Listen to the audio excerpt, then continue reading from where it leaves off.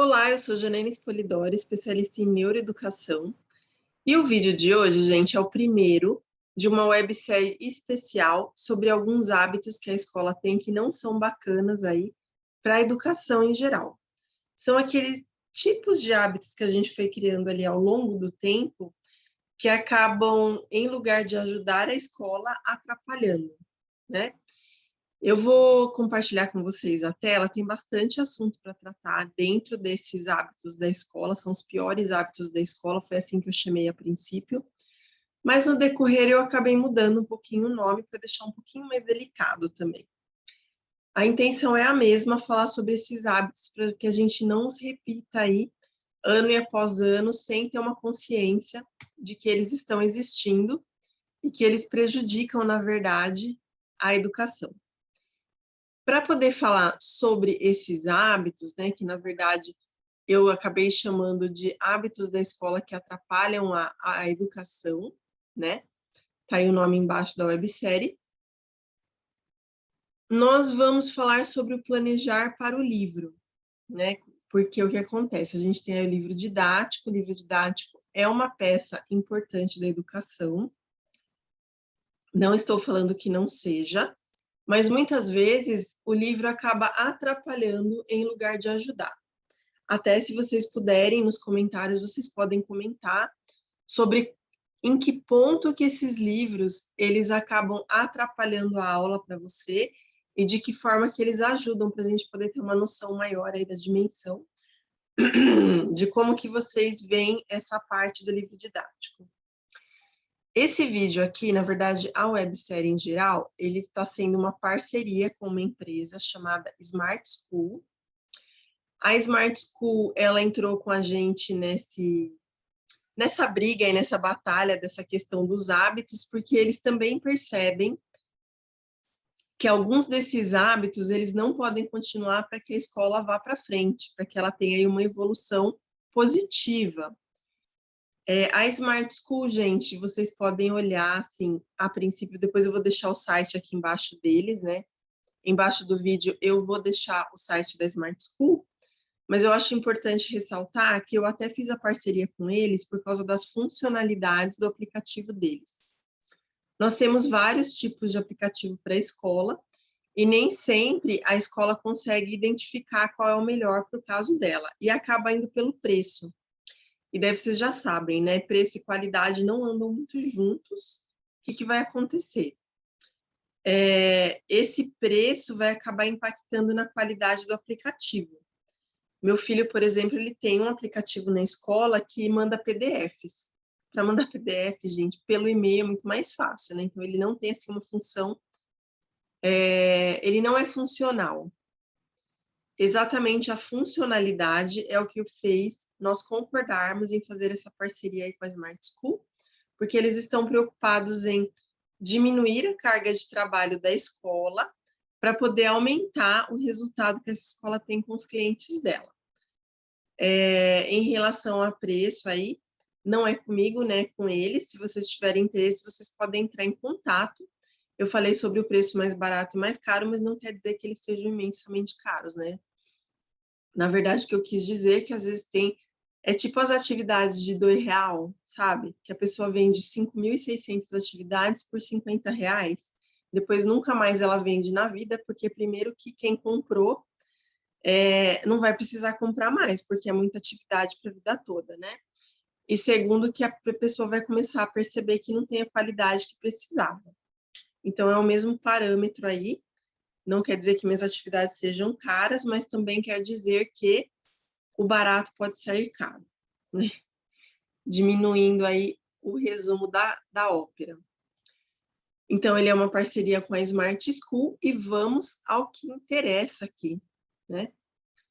O que nos interessa, gente, é sobre o livro, aqui falar sobre o livro. Ele é um item que esteve desde sempre na educação. Eu até tenho alguns livros didáticos mais antigos, aqui de 1930, de 1940. Como eu trabalho na área de elaboração, eu preciso ter esses parâmetros até mesmo para ver a evolução de como o conteúdo era tratado em cada geração, para eu poder compreender o meu presente. Então, é a história contando o que a gente deve evitar no presente que não deu certo no passado. São várias coleções, eu coloquei aqui uma que eu nem sei de qual é a editora, vou ser muito sincera, foi só uma imagem ilustrativa mesmo, desse sistema didático aí. Mas o importante é que a gente vai falar de 5 tópicos. Com o passar dos anos, o livro ele começou a evoluir. Ele teve ali uma evolução, como eu falei para vocês, foram sendo tiradas coisas, acrescentadas outras. Mas tem algumas coisas que são questionáveis ou até debatíveis aí, né? A gente pode falar sobre os profissionais que elaboram esses livros, sobre a expansão para as coleções, porque antes a criança tinha um livro didático e foi expandindo, tinha cartilha. Daí da cartilha começaram a perceber que tinha que ter uma cartilha para português e uma para matemática. Daí começaram a perceber que tinha que ter um livro para português, um para matemática, um para história, um para geografia, um para ciência. E sempre tornando isso mais atrativo, tanto para o aluno quanto para a escola, porque a gente tem uma questão comercial e política inserida aí, que eu já falei até em outros vídeos, né? Tem a inserção da tecnologia, então, conforme vai avançando a tecnologia, os livros também querem colocar isso dentro para que traga valor aí à geração que estamos lidando. Foi crescendo também o suporte, antes era um mero livro e depois que você comprava ali na livraria, né? E depois começou a ter um suporte, como que esse livro pode ser utilizado para dar algumas ideias para o professor. E a gente tem a parte do conhecimento espiralado, porque a maioria das coleções e sistemas de ensino, eles costumam ter uma espiralação do conteúdo, que eu vou explicar para vocês cada um desses itens aí separado, para que seja uma reflexão bem estruturada sobre o livro didático, né? Então, vamos lá. Vamos falar primeiro sobre o profissional que faz esse livro didático. Gente, isso daí eu entendo bem, está extremamente dentro da minha área, e eu consigo até contar coisas que as pessoas que usam o livro talvez nem saibam. Eu falo muito sobre esse assunto no curso de elaboração, mas aqui a gente vai falar de algumas outras coisas que estão relacionadas. Todos esses itens vão ter os prós e os contras. Então, são itens aí que vocês vão perceber que eles têm uma vantagem, mas também têm as desvantagens. Começando aí sobre o profissional, a gente vai falar um pouquinho sobre a formação dele. É muito comum as escolas pedirem para o professor fazer atividade didática e esse professor começar a perceber que ele gosta muito de fazer a atividade. E muitas vezes ele começa a expandir essa atividade para as redes sociais e alguma editora acha bacana a atividade dele e convida para fazer as atividades dela, né, da editora. Qual que é o grande problema disso? Para a sala de aula dele, a atividade está perfeita. Mas muitas vezes, se você não é formado profissionalmente na elaboração de material didático, você não vai perceber outras particularidades que você tem que levar em consideração. Quem vai dar aquela atividade não é mais você, vai ser outra pessoa. Então, você tem que abrir um leque de possibilidades sobre as pessoas que terão contato, que serão os pais, o coordenador, o professor e as próprias crianças que você não conhece, porque esse material vai ser vendido, para você compreender se aquilo vai fazer parte dentro do universo delas, né? Se vai fazer algum sentido, se vai encaixar com a realidade necessária. Os livros, eles não encaixam logicamente com todas as necessidades, mas um bom profissional da área consegue elencar, listar itens que são essenciais a qualquer realidade. Por isso a formação profissional é importante. Nós tínhamos antes aí no Brasil, antes da neuroeducação, uma formação chamada designer instrucional. O designer instrucional, ele aprende a diagramar páginas, embora que na editora o professor crie e eles tenham uma pessoa específica para diagramar, o ideal é que a própria pessoa que cria possa diagramar. Por quê? Quando passa de uma pessoa para outra o serviço, acaba criando algumas lacunas estruturais no livro didático. Então, muitas vezes, a pessoa que diagramou fez de um jeito que o exercício, você tinha lá o exercício 1, 2, 3 e 4.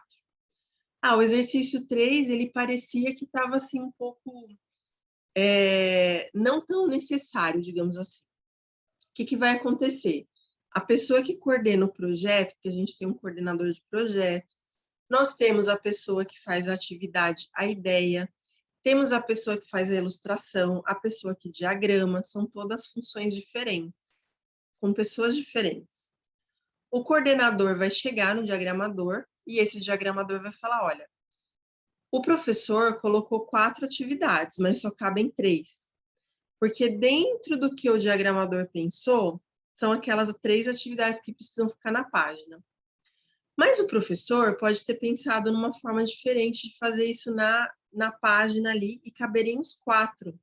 Entende o problema? O que o coordenador faz? Ele vai e retira um dos itens. Eu vou retirar a atividade 3, porque não parece ter tanta relevância. Só que esse profissional que elaborou, que teve a ideia, ele pensou o 1, o 2, o 3 e o 4 para que eles tenham algum sentido em conjunto. Então, para que o conjunto de atividades forme um tipo de conhecimento específico. Quando você retira o exercício 3 para que caiba na página para atender o diagramador, que não é quem formou a engenharia pedagógica, que é o profissional da elaboração, o que vai acontecer? Vai ficar aquelas lacunas no livro que todos vocês já devem ter visto.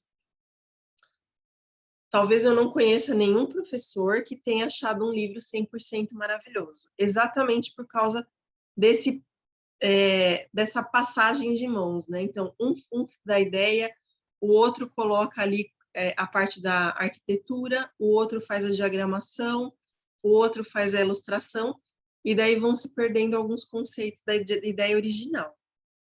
Tem uma pessoa coordenando, que ela vai ver o todo, mas essa pessoa tem que ser muito boa para que não se perca essa ideia no meio do caminho. Essa que eu falei que foi retirada, né? Então, por isso, a formação profissional, desde o rascunho até o produto final, é essencial para que a gente comece a criar designers instrucionais neuropsicopedagógicos, que é quem eu crio no meu curso aí de quinta-feira à noite. Para as pessoas que estão assistindo, que são do curso, sabem que diferencia mesmo o profissional que fez o curso dos que não fizeram, né? Então, essa formação é o primeiro item. A gente tem um segundo item aí em relação ao profissional, que são as atribuições, que eu acabei falando junto. Então, muitas vezes a gente tem uma pessoa para fazer cada pedacinho, e depois o coordenador junta as peças. Porém, ficam faltando pedacinhos. Algumas peças não encaixam como deveria no produto final, que é o livro, né? O conhecimento, então, muitas vezes a gente pega um profissional de pedagogia para fazer um material de matemática quarto, quinto ano. Só que nem sempre esse profissional ele domina da área da matemática. Ele pode dominar a parte de diagramação, de engenharia pedagógica, de arquitetura de informação. Porém, a parte lá que ele precisa de matemática, que é o conhecimento específico, talvez ele não domine tão bem. E daí, quando a gente faz também o contrário, vocês podem falar assim, mas então a gente pode pegar um professor de matemática para fazer. Só que esse professor de matemática, ele vai dar foco no que ele aprendeu, que é aplicável de sexto a ensino médio, sexto ano ensino médio, mas as questões pedagógicas, que é ter conhecimento de Vygotsky, de Piaget, de Alzubel, de Skinner, todos esses pensadores para poder elaborar essa engenharia pedagógica, esse professor de matemática não vai ter, porque ele não vai ter tido uma formação em engenharia pedagógica. E daí vai ficar faltando como se fosse a argamassa do conteúdo. Então, é importante conhecimento, mas ele isolado também não produz resultado no livro didático. Vamos lá. E a experiência, né? Eu, por exemplo, a gente recebe aqui muito pedido de escola de campo. Então, para fazer material para a escola de campo, que são as escolas rurais com classes multisseriadas, e que tem uma demanda bastante grande até no Brasil. Eu nunca trabalhei, gente, numa escola de campo, então eu jamais me aventuraria em fazer um material para escola de campo, porque eu não conheço essa realidade. Não faz parte do que eu vivenciei. Precisaria ter uma pessoa de escola de campo que tenha feito um curso profissional de elaboração de material didático para poder fazer um material funcional. Lembra que eu falei lá da Smart School, que eu gosto deles porque eles são funcionais? Porque eles realmente ajudam ali o professor a perceber intervenções, a perceber coisas que ele precisa fazer no dia a dia e a diminuir a parte burocrática de forma bem legal. A mesma coisa se aplica aqui. As coleções é o próximo assunto nosso. As coleções, o que vai acontecer? Os livros, eles começaram, como eu falei, sendo uma cartilhinha e viraram coleções gigantescas com vários complementos, né? Coisa muito bonita, para mostrar para o pai, para ele ficar deslumbrado, para poder concordar em pagar a mensalidade da escola. Ou, para entrar nas escolas públicas, vocês acharam que eu ia deixar a pública de fora? Não vou, não. Também pode ser a questão de entrar numa escola pública com a intenção aí de PNLD, né, que é o Programa Nacional de Livro Didático, para deslumbrar esse professor, para que ele opte pelo livro da editora como livro didático do ano sério. Então, a gente tem sempre uma questão aí sociopolítica, econômica. Aqui eu vou falar das coleções, o que elas propõem e qual que é o problema, certo? Para a gente poder continuar aí na questão do entendimento, né? Foi proposta uma ampliação de livros, ok. É bem legal quando a gente separa português, de matemática, de história, de geografia, de ciências, assim por diante. Só que a gente tem uma diminuição de tempo de trabalho do professor. Ah, mas isso é legal, Janaína, porque ele vai trabalhar menos, que já vai estar tudo pronto. Realmente, a intenção é que esteja tudo pronto. Mas nós sabemos que por causa daquele problema anterior do profissional, nem todo livro didático vai dar conta do que você, professor, precisa. O que vai acontecer? O livro, se não for um livro bem estruturado, ele vai se tornar um estorvo na sua vida, né? Eu, por exemplo, tinha muita dificuldade com ler e escrever, porque era um livro que eu achava pessimamente. A engenharia pedagógica dele ali era muito difícil de lidar, vamos dizer assim. Eu não sei o que as pessoas que elaboraram, não conheço, sabe? Eu não sei o que foi pensado na hora, mas infelizmente, para mim, né, para minha prática, não funcionava. Não tinha ali uma questão que se encaixava no meu jeito de trabalho. E vários colegas relataram isso, tinha colega que usava até para recorte e colagem. Acontece também, né, gente? Vamos ser bem sinceros. O que vai acontecer? Esse livro mal elaborado vai fazer com que o professor seja obrigado a utilizar, porque a escola vai cobrar isso dele, e nem sempre esse livro vai trazer vantagem. Como ele diminuiu o trabalho do professor, diminuiu também o tempo que ele vai ter fora do livro didático. Então, quanto mais coisas o livro oferece, mais sufocado você fica com conteúdos para poder aplicar. E você precisa dar conta desses conteúdos para a escola e para o pai. O que vai acontecer? Não vão sobrar horários para que você trabalhe a diversidade da sua turma, para que você trabalhe questões específicas que seus alunos precisam, que estão fora do livro, ou para que você dê até aquele horáriozinho, sabe, que eu falo às vezes, que 2 vezes por semana você tem que trabalhar 1 hora com a turma, coisas diferentes.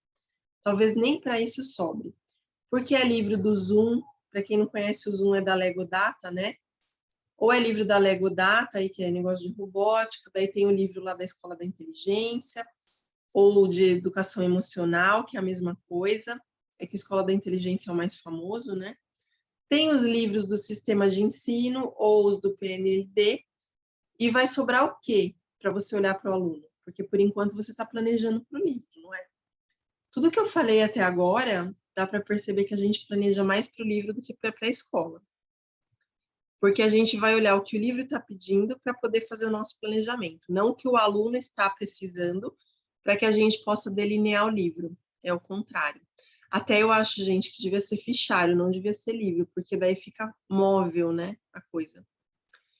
O livro traz uma quantidade gigante de itens, como eu já falei, e isso muitas vezes vai impactar na qualidade, já expliquei, aí eu acabei me estendendo na primeira explicação, já abarquei esse tipo de coisa. E dentro dessa ampliação, dessa quantidade, dessa qualidade, a gente tem a tecnologia, que acaba sendo, em alguns sistemas, em alguns livros, não todos, tá? Mas em alguns, a tecnologia de prateleira, que é mais decorativo do que funcional. Sabe aquele livro que é mais assim, porque a gente tem o livro na escola. Tá, e daí? É bem essa pergunta, né? Tá, e daí? Qual foi a mudança que provocou no meu filho? Precisa ter tido mudança, senão ele não é funcional. No caso da tecnologia, eu vou dar um exemplo muito pontual. Meu filho utiliza um sistema específico na escola dele, eu pego meu filho porque vocês veem que eu faço parte dessa realidade de mãe também. E daí, esse sistema, o que acontece? Ele tem um outro sistema aliado dele. Quando a gente entra nesse outro sistema, sabe o que tem lá? O mesmo livro, com a mesma página. Então, assim, é o livro em PDF, praticamente. Então, eu fico me perguntando qual que é a vantagem de eu ter um QR Code ou um acesso para um aplicativo no qual eu vou ter no digital a mesma coisa do físico. Não faz sentido, é tecnologia de prateleira, é decorativo para falar que tem. O que seria uma coisa funcional nesse caso aí? Você tem um QR Code, por exemplo, que leve a criança para um vídeo feito para o material, e nesse vídeo ela seja obrigada a assistir para responder as perguntas. Daí você tem uma interação de tecnologia com o analógico, né, que é o livro, no caso. Então, o livro é analógico, a tecnologia digital. Nesse caso que eu dei o exemplo, a gente faz uso do QR Code para poder acessar um outro tipo de mídia que não está no livro, não é cópia dele, para que a criança possa ter uma qualidade de tempo.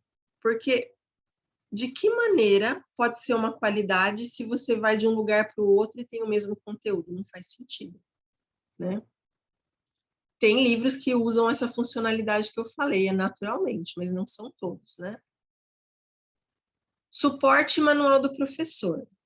Muitas vezes a gente tem os recursos em excesso, então é tanta coisa que o professor fica perdido. Ele mesmo não consegue se organizar, porque o sistema, o livro didático, ele vai oferecer aí uma quantidade absurda de soluções. Então, tudo que a escola vai pedindo, o sistema vai colocando.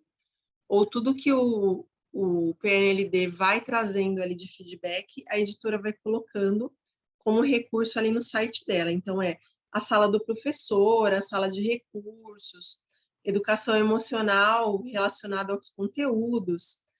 Então, cada queixazinha que vai tendo vai acrescentando. Isso vira uma avalanche, né? E quando você vai ver, você está no meio daquela avalanche sem saber para que lado que você olha. Porque é tanto recurso, você já não respirava nem para olhar para o aluno. Imagina com esse monte de recurso, né? Às vezes, o menos é mais, né, gente?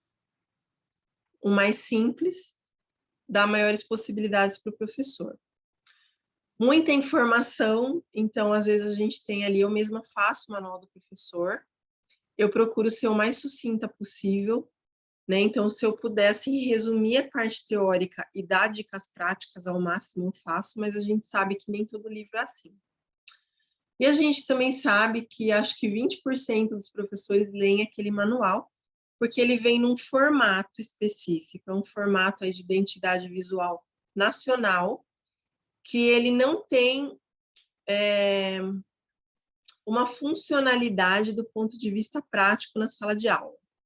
Não é aquele que você bate o olho e você já viu ali a dica e já vai aplicar daqui 10 minutos para as crianças. Tem que ficar procurando, tem que ler com atenção, tem que planejar antes. E a gente sabe que o mundo tem bastante parte instantânea ultimamente, né? A gente não tem tempo para isso, mesmo porque os recursos estão em excesso muitas vezes, né? E esse distante da realidade foi exatamente o que eu falei. Geralmente ele vem lá escrito que, porque de acordo com a lei tal, ou de acordo com o PCN tal, de acordo com a BNCC, habilidade tal. São coisas assim que, como vem pronto o livro, o professor acaba não virando o olhar para aquela parte. E é essa parte, isso que é o pior, é essa parte que foi colocada no manual do professor que vai trazer a capacitação. Então, ali tem a dica de qual livro você lê, de onde foi retirado tal comentário, de qual livro de referência, né, foi retirado para fazer aquela atividade. Então, começa a se tornar ali cansativo, é muita informação no material do aluno, que dá menos tempo para o professor estudar o manual do professor. E é voltado para o conteúdo, né? Então, você pega o conteúdo ipsis literis ali ao pé da letra e vai puxando esse conteúdo pelo livro, até que... Vou entrar aqui no próximo assunto nosso, que eu já me estendi muito, né? Vira um conhecimento espiralado. O conhecimento espiralado é extremamente praticado em livros didáticos. E quando eu ouvi a primeira vez o conceito, eu fiquei maravilhada, gente. Eu achei fazia muito sentido, que devia ser uma coisa muito legal. E daí eu comecei a estudar neuroeducação. Eu vou contar para vocês o que aconteceu. A definição está aí, que o conhecimento em espiral consiste na... Só um minutinho, deixa eu só arrumar minha caixinha aqui. Na revisão e revisitação constante entre aspas, de conteúdos curriculares ao longo da vida escolar. Então, qual que é a ideia? Olha que bacana que a ideia é, e depois eu vou trazer a parte da neuroeducação para vocês. A crítica é que quando um professor dá um conteúdo para uma criança em sala de aula, ele mesmo, esse conteúdo tem começo, meio e fim. Então, você vai falar sobre água, você vai começar a dar uma introdução, fazer um desenvolvimento e finalizar. No espiralado, não é assim. Tanto que vocês vão perceber em livro didático que os conteúdos são pincelados. Qual que é a função disso? É a espiralação. Então, no primeiro, eu gosto de pegar o conteúdo de fração, que eu acho mais complexo aí para algumas séries. No quarto ano, a criança vai ter uma introdução à fração, aquele negócio de pintar figura, dividir, né, bem lúdico, para ela entender questão de inteiro e partes, né? E daí, esse conteúdo vai ficar ali durante alguns dias e vai sumir. Foi no segundo bimestre, no livro do segundo bimestre do quarto ano. No quinto ano, no terceiro bimestre, ou seja, passou um ano e um bimestre, a criança vai ver uma breve, muito breve mesmo, recapitulação, revisão daquele conteúdo e vai se aprofundar. Daí vai começar a ver a adição de fração, frações equivalentes. Então, ela vai começar a visitar outras áreas da fração.